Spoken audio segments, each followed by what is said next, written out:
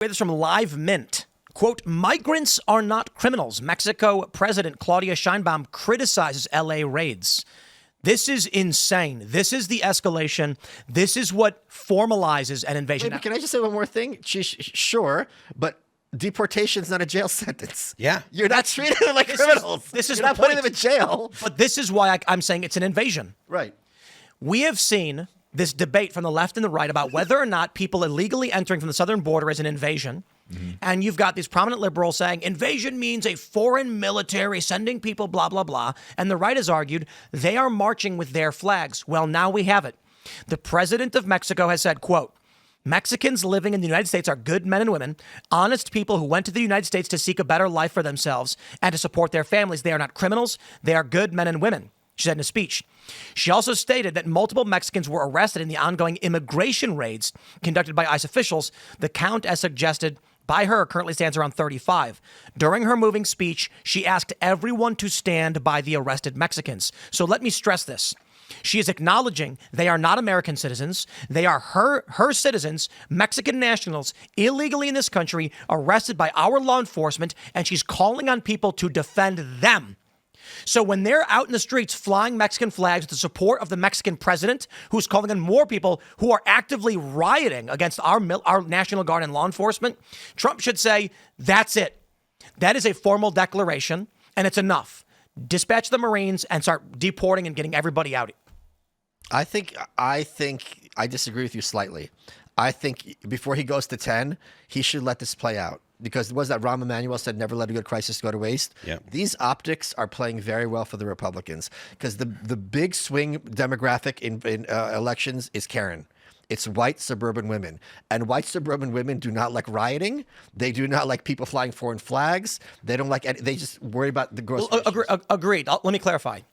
The next direct granular move Trump makes is coming out and saying, I am shocked to hear the president of Mexico calling for an escalation of riots in this country to protect her citizens who are illegally in our country. That's the move, yes. That's the move. And then, of course, you can always go up, but you can't go down.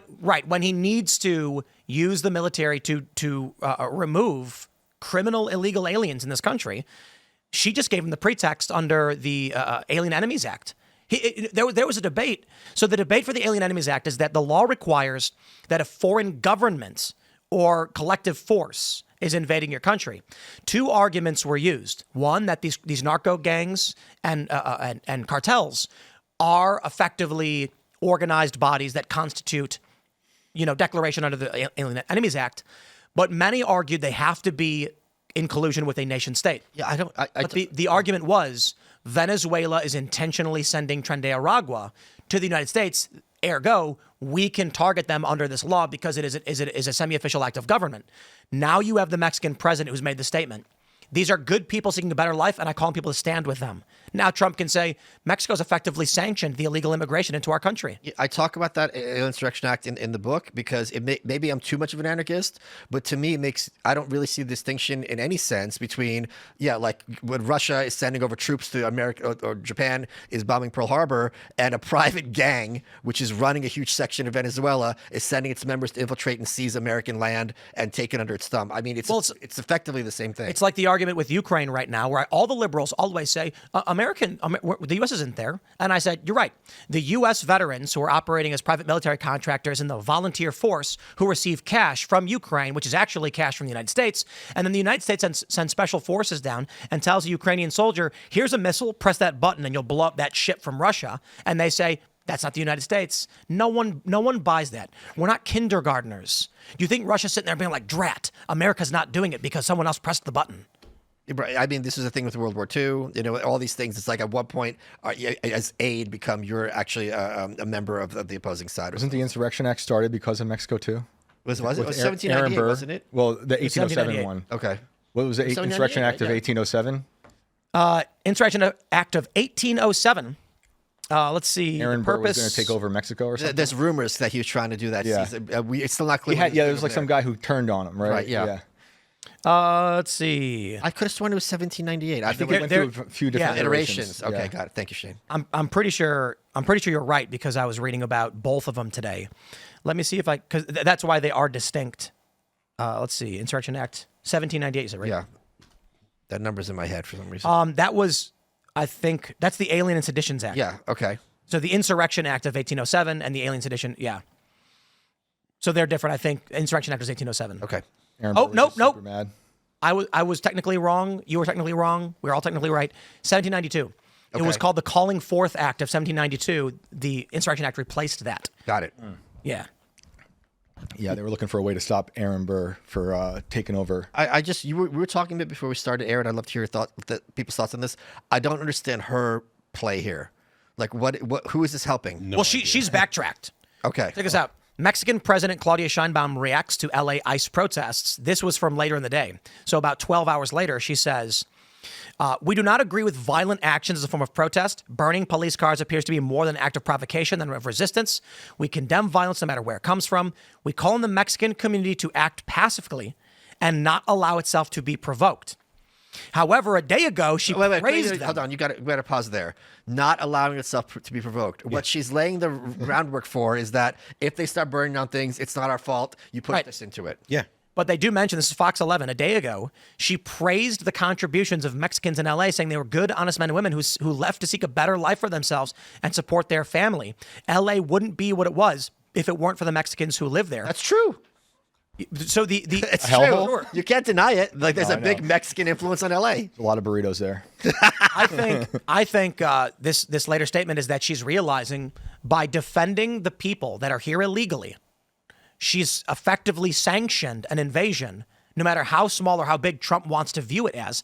How many Mexican illegal immigrants come to this country, and she's publicly declared to the world they're good, should be supported, and it's a just thing to do. They're just saying, I'm sorry, you know what my point on this was? They're just seeking a better life. Okay, the majority of conflicts are because people are, quote unquote, seeking a better life.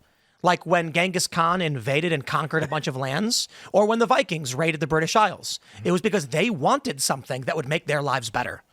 Yeah, there's no question that I don't think anyone, no matter how nativist you are, denies that the majority of immigrants aren't going to be like murderers and rapists. The numbers just don't up. No one's denying this. The point is, at a certain point, you can only integrate so many people, and there's only so much physical space for them. And you have to draw the line somewhere. It's not complicated. The argument that we make on this, that we discuss most frequently on the show, is the argument about the census and about representative government. That's right, yeah. You know, the people that are coming into the United States, if you are coming here illegally and you are counted in the census, then you affect how the representatives in Congress are apportioned, how that happens, and that's diluting the voting power of citizens that have been here all their lives, that didn't want you to come to the United States. You came illegally, and that's wrong to the existing citizens. Yes. And by the way, when people yell at me for not voting, I just realized this in the last month. My new line I'm going to say something getting stupid arguments with them is, I don't think immigrants should be allowed to vote. All right, folks. I'm an immigrant, so. Yep. But it's true. It is true.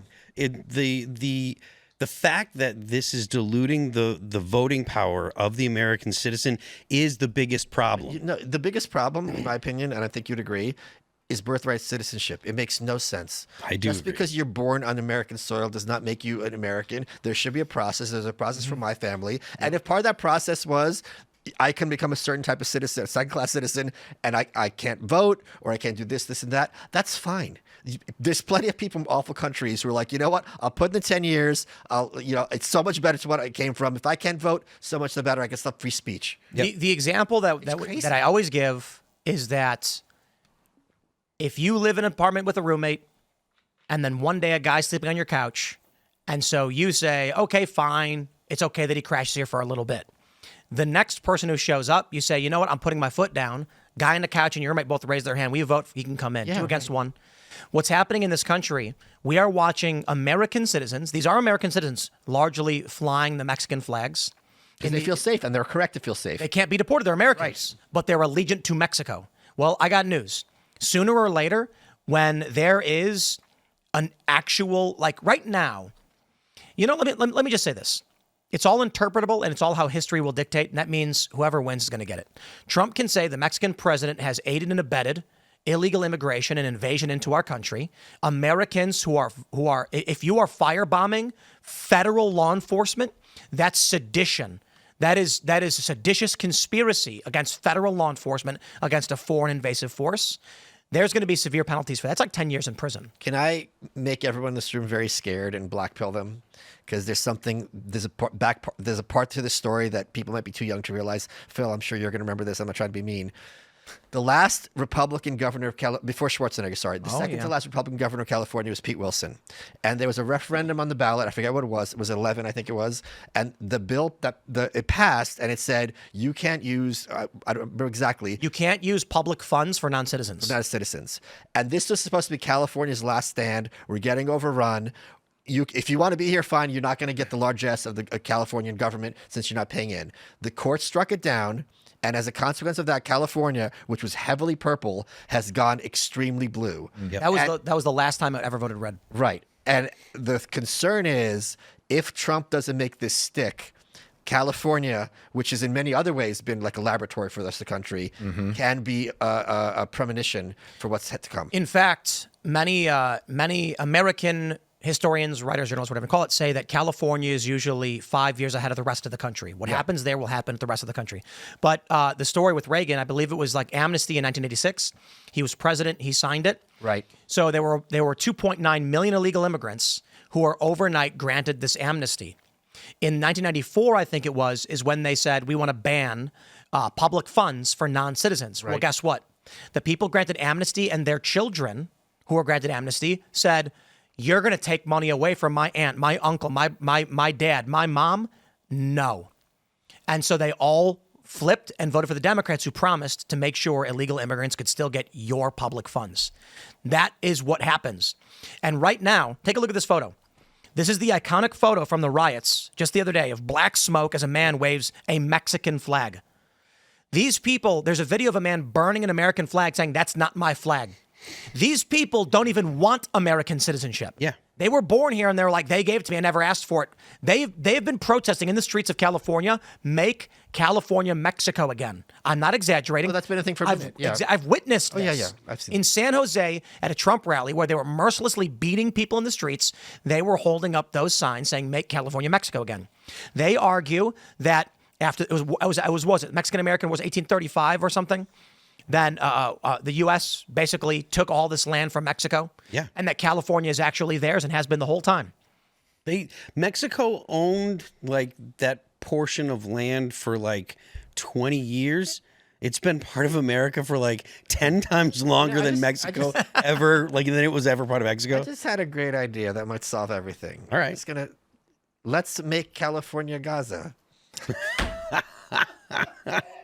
It would solve a lot of problems. But what do you, Michael's about to sail there. Functionally, what do you mean by that? Oh, I think you all know what I mean. I think you know exactly what I mean. I think we should have invaded California a long time ago. Right. Like I was blockade it. I was going down memory lane just the last few years. Here's some: Maxine Waters inciting political violence, Eric Swalwell sleeping with a Chinese spy, Kamala Harris Bonnie bluing her way into power.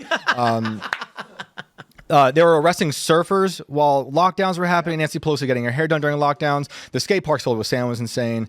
Hollywood was allowed to do its thing while churches were shut down. Yep. And they had secret Chinese police stations in LA and San Francisco. Like, this is not America. To be fair, those secret Chinese police stations all over the country. They were in Nebraska. Yeah. They were in New York City. What do you mean secret Chinese police? China set up what were like private organizations to police Chinese individuals in this country. Is that a bad thing? They created a shadow government to enforce laws that aren't on the American books. Wait, but so their job is to make sure Chinese people don't break the law? Don't break Chinese their own stuff. Like there were Chinese people laws who would go against the CCP. Yes. I don't hate it. So if you're an American... You should hate that. If you're a Chinese person in the United States... A Chinese citizen or Chinese person? A Chinese person. Okay, but not a citizen. Not a citizen. Okay. And let's say you fled China to come to the United States. Sure. They would come and they'd beat and drag you because they're not arresting you. They have no authority to do that. They would detain you under their authority in the United States. Thanks for checking out this clip from Timcast IRL. Make sure to watch the show live Monday through Friday at 8 p.m. Subscribe to this channel, and we will see you all there.